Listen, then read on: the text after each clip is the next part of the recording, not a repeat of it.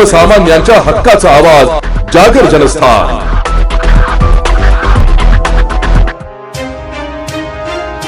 हिंदू संस्कृतीत पतीच्या दीर्घायुष्यासाठी आणि 7 जन्मांच्या सोबतीसाठी सुवासिनी महिला वटसावित्रीचे व्रत अतिशय श्रद्धेने आणि उत्साहाने करतात। मात्र धुळे जिल्ह्यातून या सणाचे एक अतिशय अनोखे, भावूक आणि सामाजिक संदेश देणारे रूप समोर आले। धुळे शहरातील तृतीयपंथी बांधवांनी एकत्रित येत पारंपरिक पद्धतीने वटपौर्णिमेचे व्रत अत्यंत उत्साहात साजरे केले। धुळे शहरातील जुना आग्रा रोड भागात राहणाऱ्या तृतीयपंथी बांधवांनी यंदा वटसावित्री पौर्णिमा मोठ्या श्रद्धेने साजरी केली।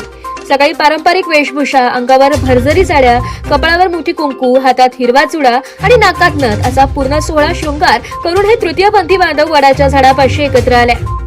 सामान्यतः महिला हे व्रत आपल्या पतीसाठी करतात, मात्र तृतीयपंथी बांधवांनी या व्रताला एका वेगळ्याच श्रद्धेची जोड दिली आहे। आम्ही आमचे आराध्य दैवत आणि गुरु यांच्या दीर्घायुष्यासाठी आणि कल्याणार्थ हे व्रत करतो अशी भावना त्यांनी यावेळी व्यक्त केली आहे। जय श्री अंबे, जय श्री महाकाल। मी नीलू पार्वती जोगी, इच्छापूर्ती काळेश्वर मंदिर धुळे। आज आम्ही येथे सगळेजण वटपौर्णिमेचा सण साजरा करण्यासाठी जमलेलो आहोत। जसं ज्याप्रमाणे एक स्त्री आपल्या पतीसाठी दीर्घायुष्य होण्यासाठी, सुखसंपत्तीसाठी हे व्रत करते, त्याचप्रमाणे आम्ही आमच्या गुरुला आयुष्य मिळण्यासाठी, आमचा गुरु सुखात राहावा, आमचा हा गुरु शिष्याचं प्रेम असंच कायम राहावं यासाठी आम्ही ही पूजा करत असतो। आणि गेल्या जसे दर पिढी दर प्रमाणे सालाबादप्रमाणे आम्ही दरवर्षी ही पूजा करत असतो। काही वर्ष आठवत नाही, पण दरवर्षी आम्ही पूजा करत असतो।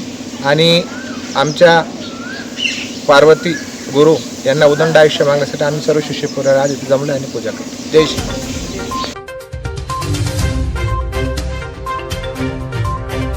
जागर जनस्थानसाठी रूपक बिरारी, धुळे।